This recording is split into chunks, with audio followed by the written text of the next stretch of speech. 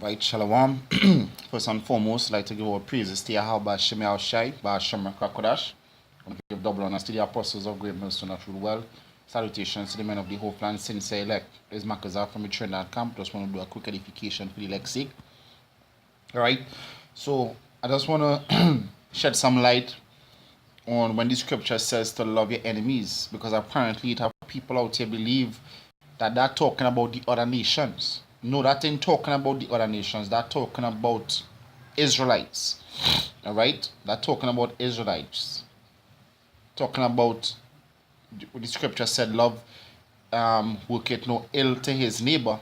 Love is the fulfillment of the law. So according to the law, you're supposed to love your brother. Alright? You and your brother would have some disagreements, whatever the case is, and you might fall out. But guess what? The scripture said there is room for reconciliation. So when you and your brother, have that disagreement, whatever, that variance, you become enemies. Alright? But the Lord said, hey, don't hate your enemy. Don't hate your brother, because whatever the case is, love him still. Alright? And then leave room for reconciliation. Alright, because we are children of the Most High, we're supposed to love one another. But that wasn't talking about the other nations. That was talking about Israelites. This is Matthew chapter 5, verse 43. It says, Ye have heard that it had been said, Thou shalt love thy neighbor and hate thine enemy. But I say unto you, love your enemies, bless them that curse you, do good to them that hate you, and pray for them which despitefully use you and persecute you. So then people might say, see that mean love everybody. Didn't Yahweh Shai say, take not that I am come to destroy the law of the prophets? Alright? Yahweh Shai was talking about Israelites, and we're gonna go into it.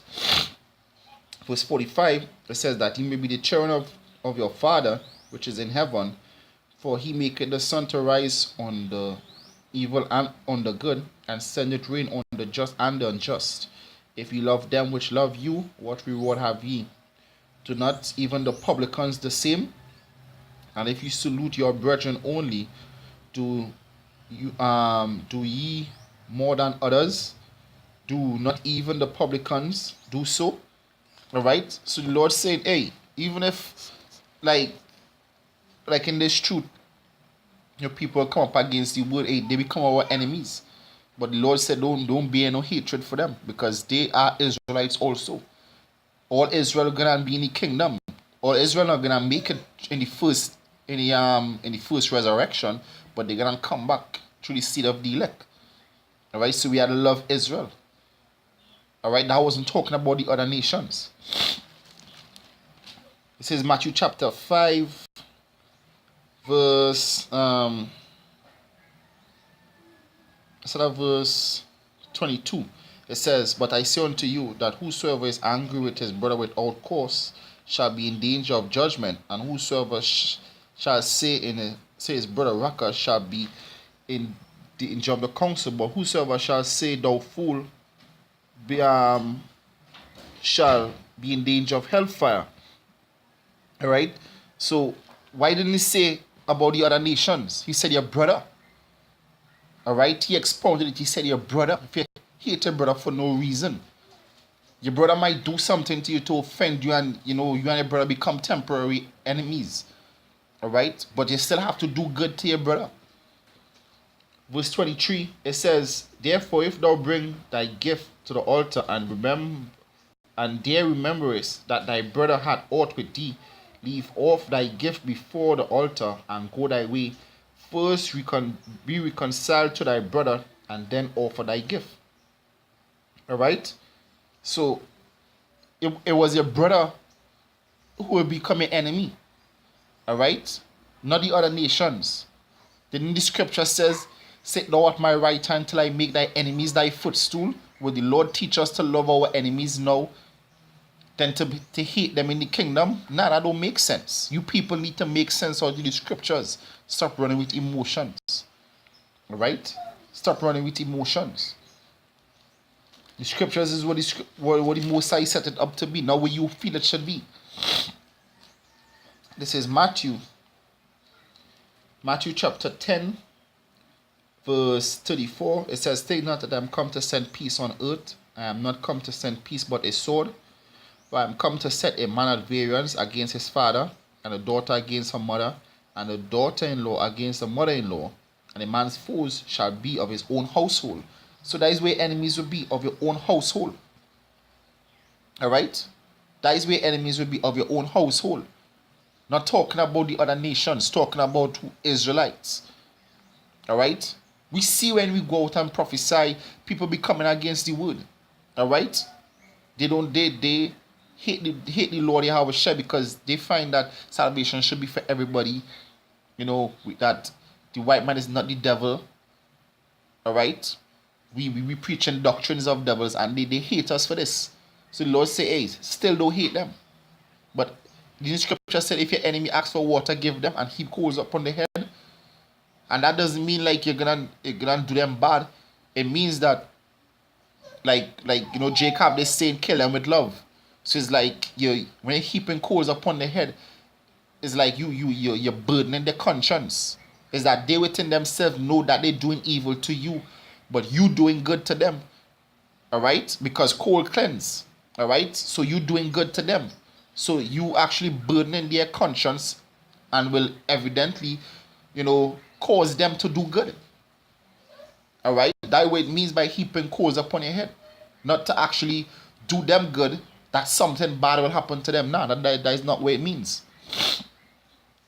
Alright? This is John chapter 15, verse 17. It says, "These things I command you, that ye love one another. If the world hate you, ye know that it hated me before it hated you. If you are of the world will love his own. But because ye are not of the world, but I have chosen you out of the world, therefore the world hated you. Remember the word that I said unto you, the servant is not greater than his Lord. If they have persecuted me, they will also persecute you." And who was that? That was Israelites. "Crucify him and let his blood be upon us and our children." That was Israelites that persecuted the Lord Yahweh Shai. He wasn't talking about the other nations. Alright? We're not supposed to love the other nations. There's not that time. We're going to enslave them. Why the hell we're going to love the other nations, and when the kingdom come, we're going to give them double unto the persecution and suffering that they gave us? Revelation 2:25 said that we're going to rule them with a rod of iron. When you look at what the word rod of iron means a most severe and harsh rulership. So the Lord will teach us to love them now, to hate them in the kingdom. No, that does not make sense. You people need to stop applying emotions to the scriptures. Going on. It says, "If they have kept my saying, they will keep yours also. But all these things will they do unto you for my name's sake, because they know not him that sent me. If I had not come and spoken unto them, they had not sinned." And Yahweh Shai came and spoke only to Israel. "But now they have no cloak for their sin. He that hated me hated my Father also. If I had not done among them the works which none other man did, they had not sinned. But now have both seen and hated both me and my Father." Alright? "But this cometh to pass, that the word might be fulfilled that is written in their law, they hated me without cause." And the "they" was talking about was Israel, because that was written in the scriptures. So they hate Yahweh Shai without cause. They hate us without cause. But the Lord is saying, hey, still do good to them. Didn't Yahweh Shai feed them? When the centurions, when the priests and Judas came for Yahweh Shai, and Simon cut off the guard's ear, didn't Yahweh Shai do good and heal it? That was talking about Israelites. Wasn't talking about the other nations. Alright? This is Exodus chapter 23, verse 4. "If thou meet thy enemy's ox or his ass going astray, thou shalt surely bring it back to him again." So let me guess. So we now went and slay Amalek. And we see Amalek's ass wandering in the field. We're supposed to take the ass and carry it back to the remnant of Amalek, or the remnant of Edom, or the remnant of Moab. That don't make sense. Alright? If thou see the ass of him that hated thee lying under his burden, and wouldest forbear to help him, thou shalt surely help with him. So, as I quoted before, the scripture said, love worketh no ill to his neighbor. So the law is teaching us how to love one another. That is basically what the law is about. Teaching Israelite men how to love one another. So even if you see, if you and your brother have some quarrel, you and your brother might even fight, but then you see some misfortune gonna happen to him, guess what? You're supposed to be there for your brother, to be your brother's aid. Alright? Not to see that, something going wrong with him and leave him just because, he's my enemy. Nah, you're not supposed to do that, because the Most High might deliver him. Within the scripture said, rejoice not when you see, roughly paraphrasing, rejoice not when you see evil gonna happen to your enemy, because the Most High might take away wrath from him. Alright? And he might put the wrath on you. So if you and a brother have some beef, and you see something gonna happen, you see, his ass going astray, his ox going astray, his ox, by the way said, it might be tangled, it might be gonna die. Hey, guess what? Deliver your brother's ass back to him, his ox back to him. And if you bring it to these modern times, if you see somebody gonna break into your brother's house, don't say, nah, that is not my brother, that is my enemy now. Let me leave the guy to break into his house. Nah. The Most High will send trouble your way if you don't help your brother. That is what he was talking about. Alright? This is Deuteronomy chapter 22 verse 1. It says, thou shalt not see thy brother's ox or his sheep go astray, and hide thyself from them. Thou shalt in any case bring them again to thy brother.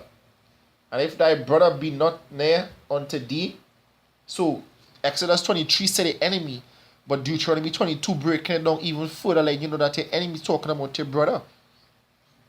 Alright? And if thy brother be not near unto thee, or if thy brother know, and if thou know him not, then thou shalt bring it into thy house, and it shall be with thee until thy brother seek after it, and thou shalt restore it to him again. In like manner shalt thou do with his ass, and so shalt thou do with his raiment, and with all lost thing of thy brothers, which he had lost, and thou hast found, shalt thou do likewise. Thou mayest not hide thyself. Alright, so guess what? You're not supposed to hide yourself from your brother. You're supposed to do good to your brother. If you and your brother fall out, you and your brother have any disagreements, you and your brother have any beefing, you become temporary enemies, and you see, as I said, a thief going to enter into your brother's house, you're supposed to sound the alarm that your brother may know. Not just keep your mouth hush and go your way, because as I said, the Most High will bring judgment upon you for the act of wickedness. Alright? You're not supposed to hate your brother in your heart. Alright? I'm gonna read that real quick. This is Zechariah chapter